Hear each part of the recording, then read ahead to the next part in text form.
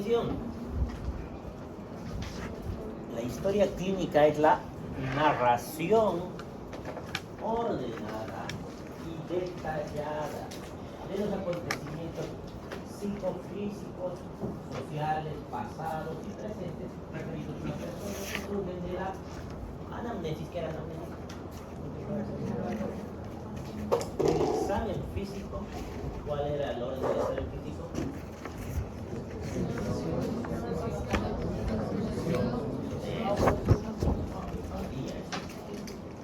¿Excepto dónde? En el abdomen, ¿cuál es el orden?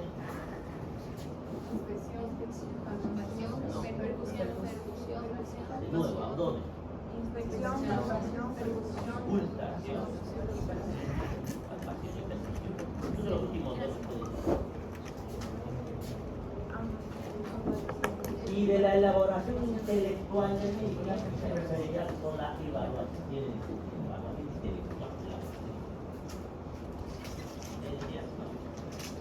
Porque la historia clínica la hacemos para tener un diagnóstico y que permiten emitir un diagnóstico de salud o enfermedad. Van a haber historias clínicas pacientes sanos, no los internados, que no tienen ningún problema. Pero en algún momento en consulta externa van a haber pacientes sanos y a ellos les van a prestar más atención. ¿Cuándo podrían ver pacientes sanos? ¿Qué día lo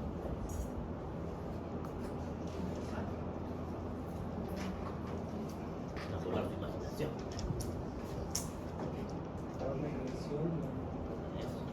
Control anual, es la empresa y quieren que todos los trabajadores estén sanos. Entonces les hacen un control y creo que por ley tienen que hacerles cada año. Esos pacientes son los que más cuidado tenemos, más que creen.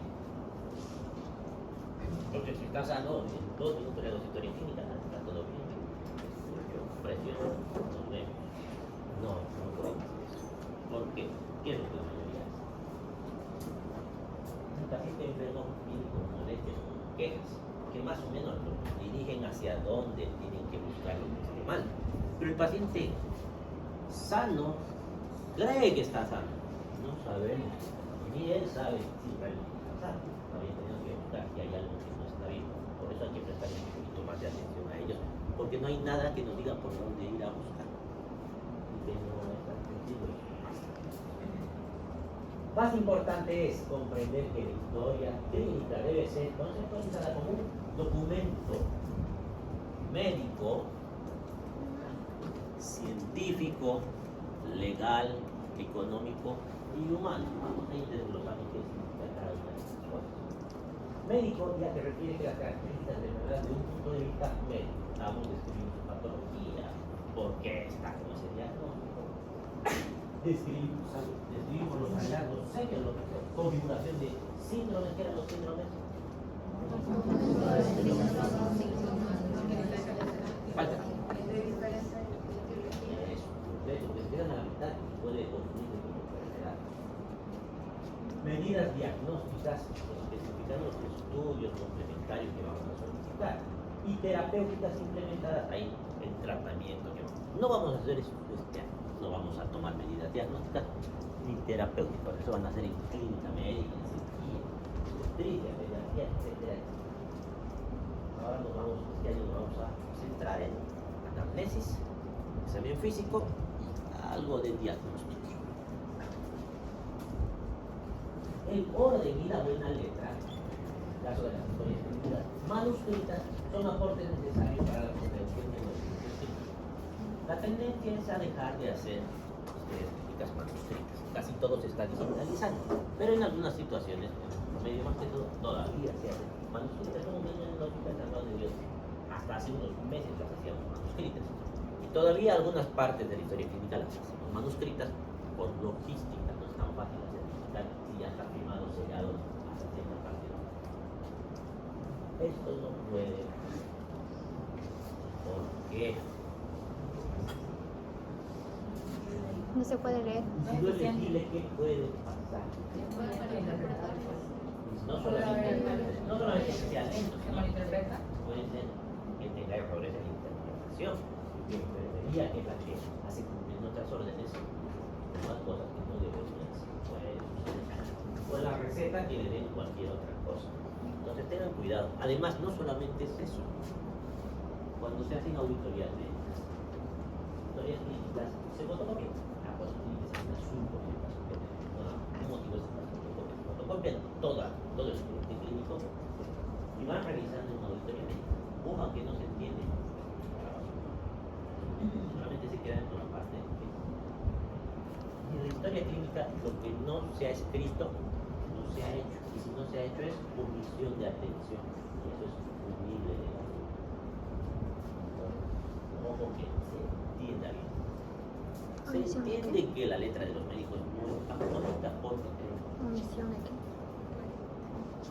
no es un problema. No deberían en este momento, porque tienen que escribir demasiada información en muy poco tiempo. Entonces eso hace que se distorsione un poco. Pero fíjense que sea elegible, intenten, mientras sea imprenta, que es siempre como más define la letra carta. ¿Ya? Color, de nuevo, azul, siempre azul. Ya les hemos dado en prácticas que los colores representan cosas en la historia clínica. Lo que nosotros escribimos es en azul, por tanto, ustedes saben más del color.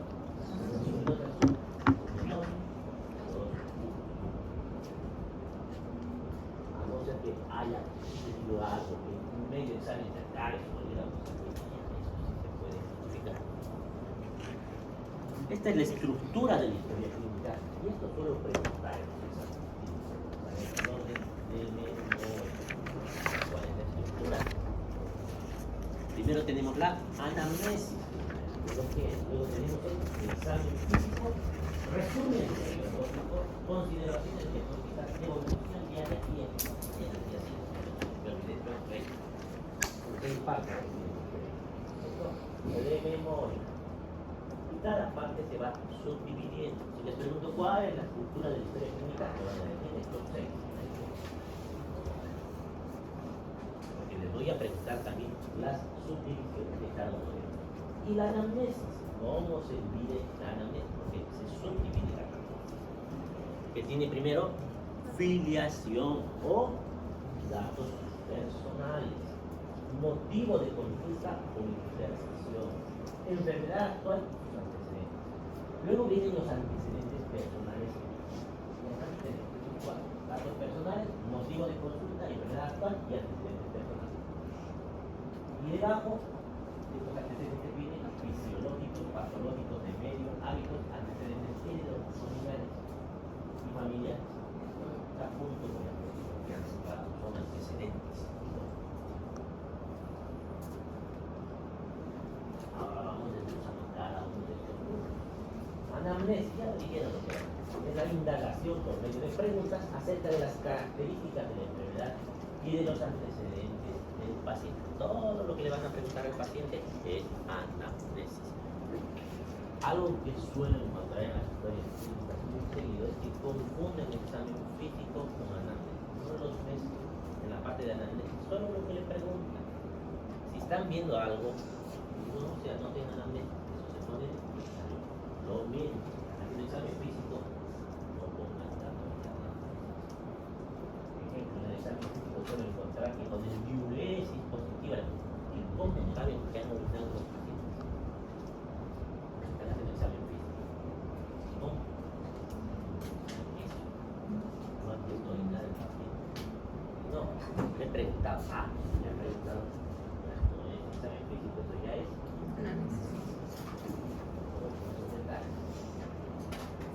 Durante la anamnesis se debe mantener una actitud de atención para captar todo lo que tiene el enfermo. Es más, en general, para la historia clínica, cada detalle va a importar. Cada cosa, por pequeña que parezca, puede importar. ¿Para qué? Para que lleguemos al correcto. La anamnesis debe tener un orden, en especial para evitar olvidos y omisiones. Ese orden que hay que tener, que se van a acostumbrar a hacer manuscritas al principio, vacías, y ahí escribir, aunque parezca repetitivo, pero sí ya sabemos esto, ¿no? mientras más repitan, más se les va a quedar. Es como los niños cuando no aprenden a escribir, ¿cómo aprendieron a escribir ustedes? Todos la luego B. Parece aburrido, pero es la forma en la que se nos queda. Y el orden es muy importante para evitar olvidos. Porque si yo les digo que me repitan los números del 1 al 10, fácil, 1, 2, 3, 4, 5, 6, 7, 8, 9, 10, es imposible. Pero si se los entrego los números en desorden, 7, 4, 1, 3, 5, se van a acordar el orden, va a ser más complicado que se acuerden el orden. Van a tener que intentar memorizar. Entonces, cuando guardamos el orden, es menos probable que nos olvidemos preguntar cosas. Los datos positivos tienen mayor importancia que los negativos, en el sentido de que señalan una situación concreta que puede estar relacionada con la enfermedad. ¿Qué son los datos positivos y son los datos negativos? Positivos, lo que nos dice el paciente que hay. Negativos, lo que, por ejemplo, yo estoy pensando en una insuficiencia cardíaca, debería tener edema, pero no lo tiene. Por algún motivo no ha hecho edema, porque no es obligatorio que todos los signos aparezcan. Ese es un dato negativo. En la redacción es de buena práctica no emplear lenguaje de paciente, excepto en un lugar de sino el de la medicina, que cuenta con un riquísimo vocabulario, que es la semiología que vamos a hacer. Sin embargo, este vocabulario técnico no debe trasladar. Es como que funcionáramos de traductores. En entrevista, en la televisión, no he visto cómo están los traductores, preguntan un idioma y están traduciendo a la televisión. No ves, porque es normal que al principio se equivoquen. Como que les empiecen a hablar a los pacientes. Si usted ha tenido diarrea, no vas a ver el paciente qué es eso. Usted ha estado con edemas, no vas a ver qué es eso. Algunos tal vez, pero en general no. Y viceversa, en la historia clínica no le van a poner fatiga, hinchazón de pies.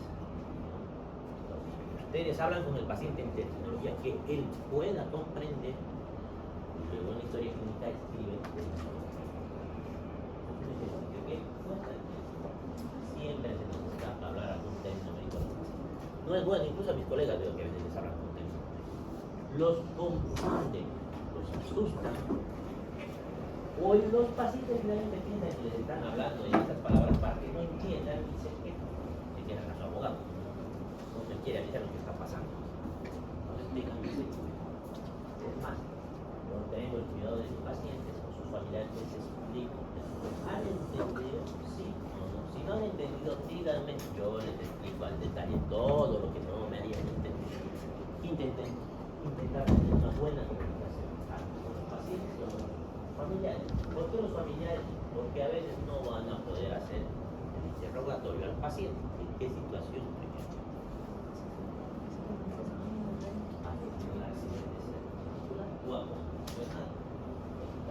Traumatismo craneoencefálico, está con un lado bajo, no nos va a poder dar datos, pero puede dar la familia. Si no está la familia, ¿quién puede ser? ¿De quién podemos obtener la anamnesis? Primero, ¿de quién vamos a obtener la paciente? Sí. Si no es del paciente, del familiar. Si no hay familiares, porque puede suceder a alguien como usted ahí en vía pública. La persona que no trabaja. El personal paramédico que lleva al paciente o algún testigo que quiera ir al paciente. Entonces, hay varias fuentes de información para obtener la anamnesis. Seguramente, si no es familiar, no es alguien que conozca, la anamnesis no sea la mejor fuente de información y se aseguran de todos los escriben. Se aseguran de escribir al final de la anamnesis, entre paréntesis, datos, poco, si notan que el paciente no les está diciendo la verdad, porque hay esas situaciones, escriben ahí datos, se van a dar cuenta cuando el paciente desde cuándo está mal de pie, desde anoche, y está negro, no puede ver. Se encuentran que algo no va bien, escriban es un resguardo legal por año pasado. La anamnesis es la parte más importante. Pero que hacer el diagnóstico en más del 50% de los casos. Es más, la historia de la enfermedad actual es la que permite hacer el 50%. Ese pedacito de la datos que identifican al enfermo desde un punto de vista civil, como nombre, edad, estado civil, nacionalidad, ocupación, domicilio, persona responsable en caso necesario. Eso es la parte de filiación. Motivo de consulta o internación. Tiene como finalidad poder dar en pocas palabras una orientación hacia el aparato del sistema afectado. En tal sentido, no se deben considerar diagnósticos sino síntomas o signos y su cronología. No vamos a poner ahí insuficiencia cardíaca como tipo de consulta. Vamos a poner cuáles son los signos y síntomas que tiene ese paciente y al final vamos a poner cuidado con eso.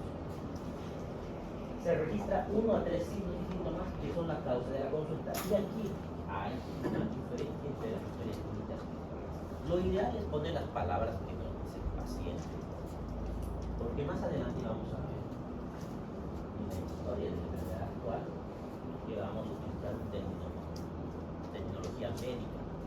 Entonces, tiene que haber un lugar donde estén las palabras del paciente. En algún momento, porque hemos dicho que tenemos que traducir el lenguaje del paciente, porque en algún lugar escribimos. Porque puede que sea un equívoco de su parte. Haya diagnosticado algo mal y con la palabra del paciente otro doctor puede mirar y no, entonces podría ser otra opción. Podemos haber malinterpretado lo que el paciente nos ha dicho. Un ejemplo típico es la fatiga. El paciente tiene fatiga, por algún apuro ustedes no le preguntan al paciente ¿y a qué se refiere con fatiga? Porque la palabra fatiga para nosotros es una cosa y para la gente de la calle es dos. Fatiga, aquí en nuestro medio por lo menos entienden como que les falta el aire y eso no es fatiga. Entonces ha habido una mala interpretación. Hay que evitar esas malas interpretaciones. ¿Qué puede suceder? Cuando el paciente no va bien con su tratamiento, podemos hacer una junta médica, revisar la historia clínica y ahí a veces buscamos el motivo de consultar una posible. Ahora, ¿qué dice la literatura del motivo de consulta? Es mejor poner las palabras del paciente. Y en la historia de la enfermedad actual, que es lo que sigue, palabras médicas. Algunas escuelas de medicina lo hacen al revés, por algún motivo que desconozco. Pero como van a trabajar ustedes en diferentes lugares, no todos van a trabajar en el mismo lugar, a la tierra donde fueres, haz lo que vieres.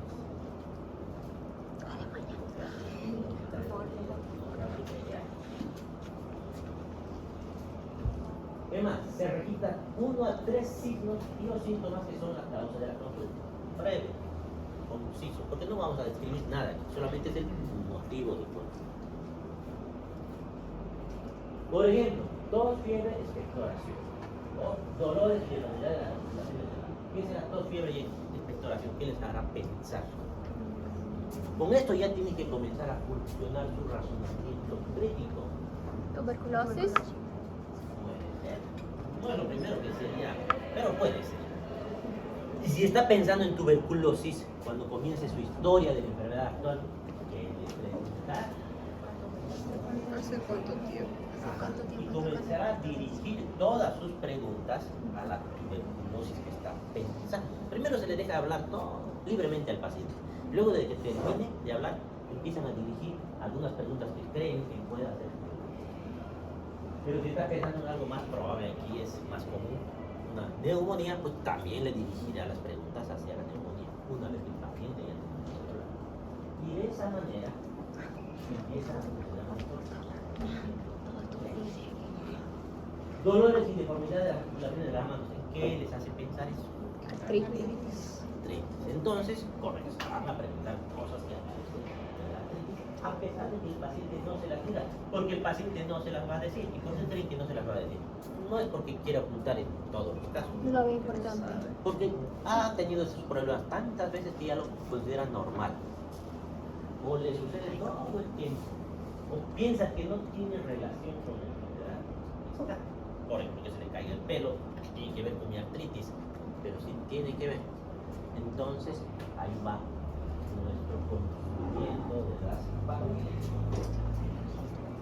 En casos especiales, la internación tiene como finalidad la realización de un procedimiento diagnóstico. Muy pocas veces va a suceder, pero va a suceder. El paciente se está internando para que se haga una biopsia, un cateterismo. Entonces, el motivo de consulta ahí van a quedar en se está yendo a biopsia, le vamos a presentar todo lo que pasa, ya tiene diagnóstico ese paciente, están queriendo confirmar su diagnóstico. O puede ser terapéutico, está entrando para que se le haga la quimioterapia. Si se está haciendo quimioterapia, ya tiene. Y este constituirá el motivo de internación. Por ejemplo, le ponen ahí el motivo de consulta. Quimioterapia neoplastia, listo. Ya saben, y abajo ya le ponen su diagnóstico. No hay mucho que ahondar. Aquí va, esto es la parte más importante de la análisis. Esto es lo que nos va a dar el diagnóstico. Enfermedad actual y sus antecedentes. Y la mayoría de las veces solamente ponen eso, enfermedad actual. No se olviden de terapia. No es que sea muy importante, pero ahora les voy a aclarar eso. Se recomienda la redacción precisa y en orden cronológico de todo padecimiento del paciente, comenzando con las primeras manifestaciones de la enfermedad. ¿Pero qué dice? Enfermedad actual. No estamos hablando de algunas otras enfermedades que haya tenido antes. Estamos hablando de lo que lo está llevando al hospital. ¿Qué significa que sea cronológico? Retroceder. Tiene que seguir una línea temporal. ¿Con qué comenzamos? Con lo más antiguo y terminamos con lo último que da, sin hacer saltos espaciales. Ejemplo, no puedo mencionar algo que ha pasado hace 3 días. El paciente hace 3 días se duele de la garganta, pero hace 2 semanas le faltaba el aire. Estoy retrocediendo en el tiempo. Y ayer se puso peor, no sé. Estoy haciendo saltos temporales. Eso hay que evitar los saltos temporales. Y no desordenen poniendo fechas, salvo que sea muy necesario. Porque a veces le ponen cuadro clínico de 7 días de evolución y en fecha 5 de marzo confunde al leer eso. No es tan fácil de leer. Todavía tengo que sacar el calendario, ver qué fecha ingresaba el paciente. Mira, si estaban hablando hace 2 semanas, continúen con eso. Hace 2 semanas, hace 3 días, hace 5 horas, continúen con el tipo de relación. Empiezan a meter fechas y cosas así por ahí, que no estaban antes, van a confundir al que lee esa historia clínica. Detallado, preciso. Tienen que detallar cada signo y síntoma que nos comente el paciente, hay que detallar lo más posible. Más adelante vamos a ver para qué. Se toma nota de los datos en forma cronológica, dejando que el enfermo exponga libremente sin interrupción. ¿Qué significa eso? ¿Por qué viene al consultorio? ¿Por qué viene al hospital? ¿Qué le ha sucedido? Cuénteme desde un principio. Y el paciente va a empezar a decir, hace 2 semanas que no me siento bien, no me interrumpen. Van a ver los que están haciendo sus prácticas en emergencias que nosotros les interrumpimos. Pero estamos en un contexto especial, emergencia, donde no hay mucho tiempo, hay otros 2 o 3 pacientes que están afuera. Pero normalmente no deberíamos interrumpir al paciente, que termine de hablar todo lo que tenga que hablar y ahí vamos anotando lo que nos está diciendo o realmente para organizar el órgano o anoten un borrador. Más que todo ustedes que están aprendiendo a hacer, no van a poder hacer el registro, se van a olvidar cosas. Les sugiero que comiencen a anotar en un borrador todo lo que les vaya diciendo, porque luego van a reorganizar todo. Porque el paciente no se lo va a decir en un momento lógico. Se olvida, está nervioso, está asustado. Ah, cierto, hace 2 semanas también tenía esto. Y me olvidé de decirle que hace un mes ya había comido. Se va, es normal. Ustedes van organizando esa cronología. Ya cuando termine el paciente de explicarles todo lo que le molesta, comienzan a preguntarle cosas que ustedes creen que él se ha olvidado, o cosas que ustedes crean que tienen relevancia. Como que si les dice tuberculosis, están pensando en tuberculosis. Estoy tosiendo, estoy botando flema, estoy con fiebre. ¿Y esa fiebre a qué hora es? Lo voy a preguntar.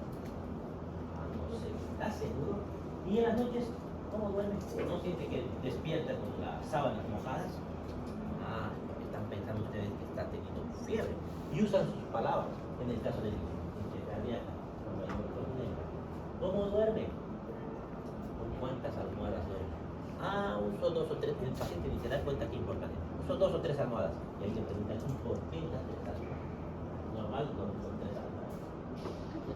Porque cuando uso una sola almohada, me falta el aire o me despierta a toser. Entonces, todos esos detalles, porque ustedes ya están pensando, van preguntando todo lo que creen. Terminan de obtener toda esa información y ahí comienzan a ordenar. Y todo con detalle. Cada cosa que le diga el paciente es detalle. Ejemplo, el dolor. Si le duele, ¿me voy a conformar con que le duele?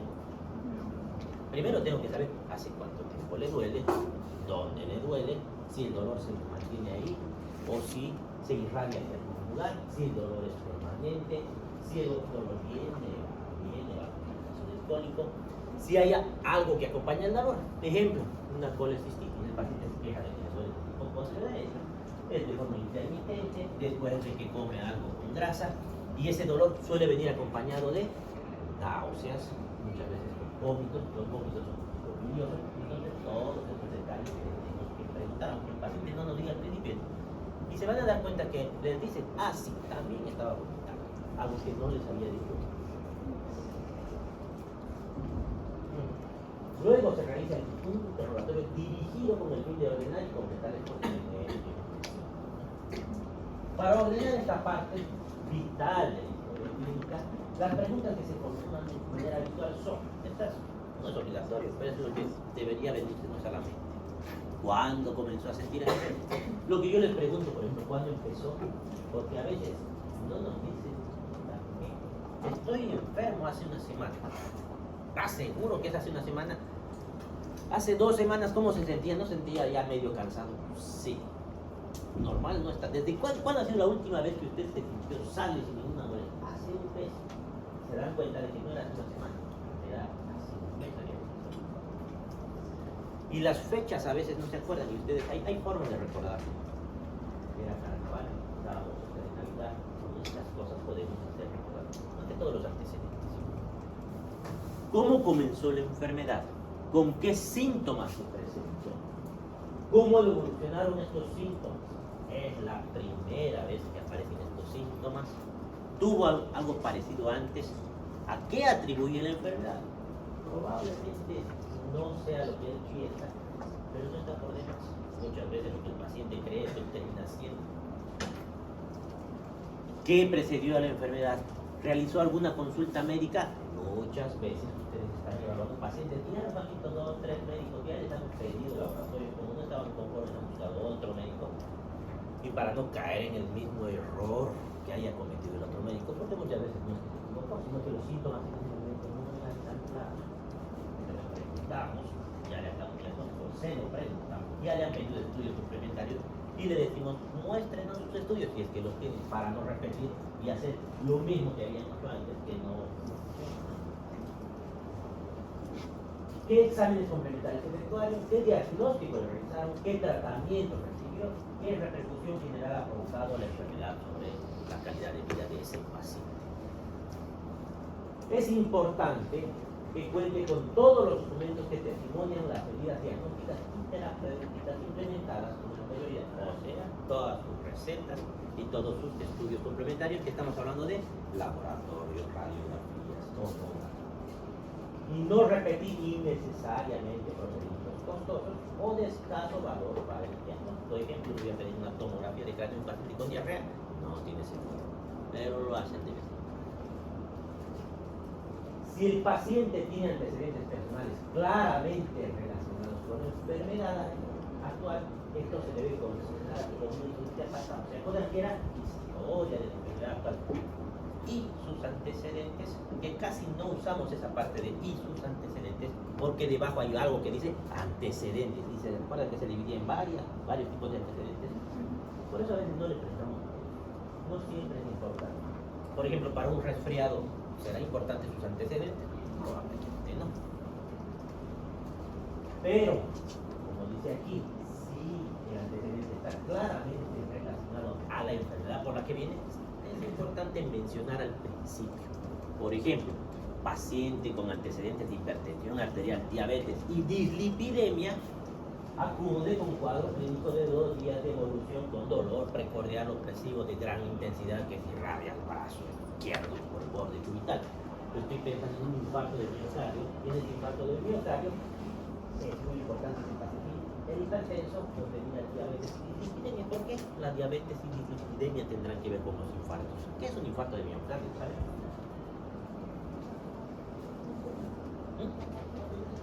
Pequeños.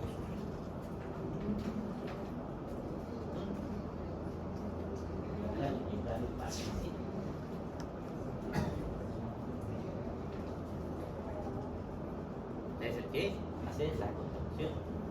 ¿Y para qué tienes contracción en esta?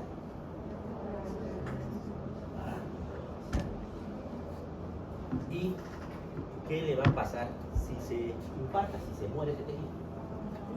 Va a dejar de cumplir la función, y si deja de cumplir la función, ¿qué le va a pasar con el corazón? Va a ser insuficiente.